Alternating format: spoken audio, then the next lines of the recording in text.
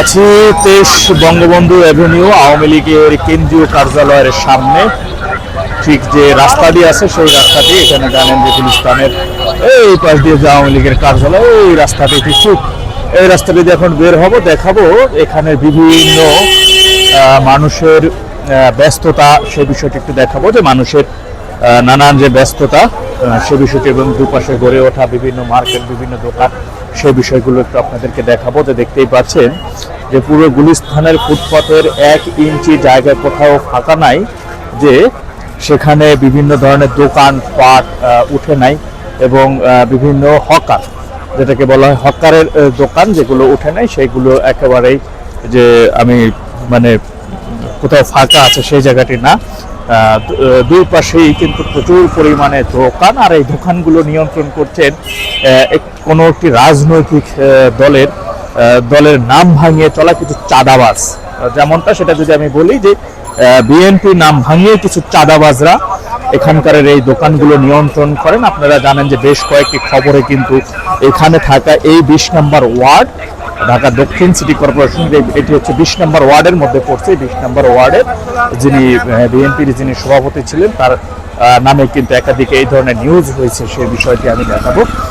তো তারা একেবারে দেখতে পাচ্ছেন যে একেবারেই 1 ইঞ্চি জায়গা কোথাও ফাঁকা নেই। যে আগে কিন্তু এই জায়গাটি অনেক ফাঁকা থাকতো, এখানে বিকেল হলে আওয়ামী লীগের অসংখ্য নেতাকর্মীরা আমরা এখানে ঘুরপাক খাটতে দেখতাম, যে তারা এখানে এসে সময় কাটাচ্ছেন, একে অপরের সাথে মত বিনিময় করতেছেন, এমন বিষয়টি আমরা দেখতাম। কিন্তু এখন পুরো এলাকাটিতে শুধু হকারের দোকান আর দোকান, প্রতি দোকান বসাতে কিন্তু এখানে কইতে ঢুকছে চাপ্পো, প্রতি দোকান বসাতে এখানে কিন্তু তাদের একটি মোটা অঙ্কের অ্যাডভান্স দিতে হয়, আবার প্রতিদিনের ভাড়া প্রতিদিন, কিন্তু মাসিক ভাড়া না, প্রতিদিনের ভাড়া প্রতিদিন।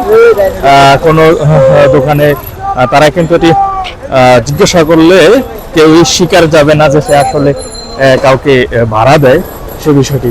এখানে কি ভাড়া দেন কেউ? দেন না, না মাগনা, কি কায়দা। যাই হোক, যেটা বলতেছিলাম যে আসলে কেউ কিন্তু এই জিনিসটা স্বীকার যাবে না যে কেউ ভাড়া দেয়। জিজ্ঞাসা করলাম না, তিনি অস্বীকার করলেন। এই যে একেবারে আমি যদি দেখাই যে এইটা হচ্ছে পিছনে, এটা হচ্ছে বঙ্গবন্ধু আওয়ামী লীগের কেন্দ্রীয় কার্যালয় দেখতেছেন আমার পিছনে, আর তার সামনে হচ্ছে হকারের দোকান, অর্থাৎ কর্মব্যস্ততা, সাধারণ মানুষের যে একটি কর্মব্যস্ততা, সেই বিষয়টি। যে পুরো রাস্তাটি আমি মূলত দেখানোর চেষ্টা করছি। আমার পুরো রাস্তাটি কিন্তু দেখতে হলে আমার পিছনের অংশটা আপনাদের খেয়াল করতে হবে। যে এই যে দেখতেছেন যে আওয়ামী লীগের কেন্দ্রীয় কার্যালয়টা হচ্ছে পিছনে, আর সামনে দিয়ে সামনে সে রাস্তাটার বর্তমান পরিস্থিতি বা সামনে সে রাস্তাটার বর্তমান অবস্থাটা একটু আপনাদেরকে দেখানোর চেষ্টা করছি। যে এখানে থাকা প্রতিটা দোকান একেবারে গুলিস্তানের 0 পয়েন্ট থেকে শুরু করে এমন কোনো রাস্তার দুই পাশে ঘিরে, দুই পাশের এমন কোনো জায়গা নাই যে যেখানে 1 ইঞ্চি জায়গা আপনি ফাঁকা পাবেন, যে যেখানে দোকান নেই। আর এই দোকানগুলো বসিয়েছে কিন্তু সাধারণত এখানে থাকা যে সকল এত দোকান, এই দোকান থেকে প্রতিদিন এখান থেকে এই গুলিস্তান এলাকাটি থেকেই কিন্তু প্রতিদিন প্রায় লক্ষ টাকা চাঁদাবাজি হয়, লক্ষ টাকা চাঁদা তোলা হয়, এবং তারা বিএনপির নাম ভাঙিয়ে কিছু শীর্ষ চাঁদাবাজরা এই চাঁদাবাজিগুলো করে থাকে।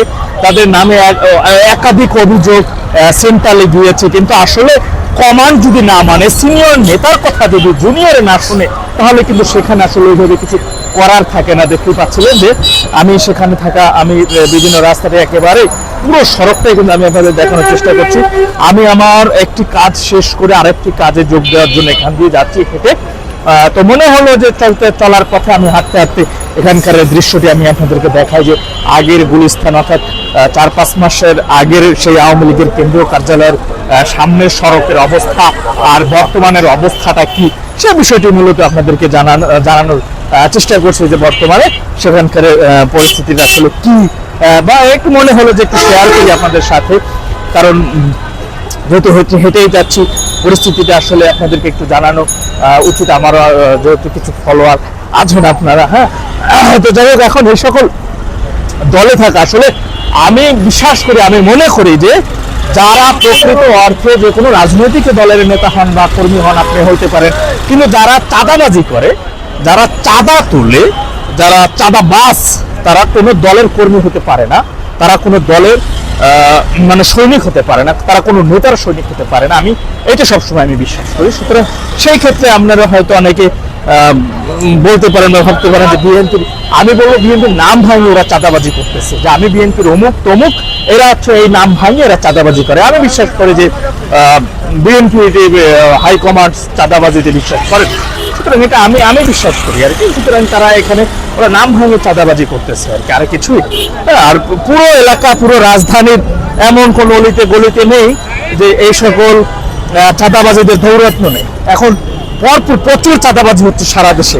বুঝতেই তো পারছেন যে গত বছর এই সময় আওয়ামী লীগ সরকার ক্ষমতায় ছিল, তখন আমরা আলু কিনেছি 50 টাকা কেজি, 45 টাকা কেজি, আর এখন সেই আলু 120 টাকা কেজি। অর্থাৎ এই যে ভরপুর, যে এখন বস্তা ভর্তি চাঁদাবাজি হচ্ছে প্রচুর পরিমাণে, ইউজ পরিমাণ, আগে থেকে কয়েক গুণ চাঁদাবাজি বেড়ে গেছে।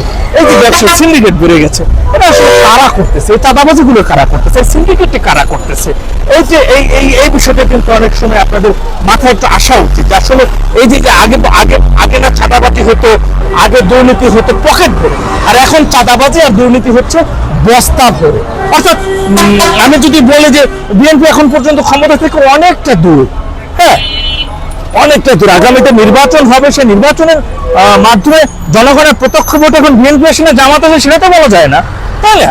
কিন্তু বা যদি আওয়ামী লীগ তার গতিবিধি ঠিক করতে পারেন, যদি আজকের এই পরিস্থিতি থেকে উত্তোলন হতে পারে, তাহলে কোন দল আসবে 3 দলের মধ্যে সেটা এখন পর্যন্ত বলা মুশকিল। এর আগেই কিন্তু চাঁদাবাজির তকমাটা বিএনপির মধ্যে লেগে গেছে, বিএনপির ভিতরে লেগে গেছে। সুতরাং আমি বিএনপির হাইকমান্ডের কাছে অনুরোধ করব, রিকোয়েস্ট করব যে আসলে আপনাদের দলের এই যে নাম ভাঙিয়ে চলা বা দলের কেউ প্রত্যক্ষ পদ পদবিতে থাকতে পারে, তারা যদি কেউ এই যে চাঁদাবাজিগুলো যদি আমার কাছ থেকে চাইলে, আমি তো বেশ কয়েকজনের নামের তালিকাও দিয়েছিলাম, হ্যাঁ, যদি আমার থেকে চাইলে আরো কিছু নাম আপনারা নিতে পারেন, হ্যাঁ, আমি একেবারে পুঙ্খানুপুঙ্খ একেবারে সূক্ষ্ম আমি প্রমাণ সহ আমি দিয়ে দেবো। যদি তারা সেটা ভুল বা মিথ্যা প্রমাণ করতে পারে, যে শাস্তি দিবে এটা মাথা পেতে নেবে, সমস্যা নেই, আমি চ্যালেঞ্জ গ্রহণ করলাম, সমস্যা কি? কিন্তু তাদেরকে শুধু যে প্রমাণ করতে পারি, আমাকে দিতে হবে যেন আপনি তাদেরকে বহিষ্কার করবেন, তাদেরকে অব্যাহতি দিয়ে দেবেন বা তাদের বিরুদ্ধে শাস্তিমূলক ব্যবস্থা নেবেন। আসসালামু আলাইকুম।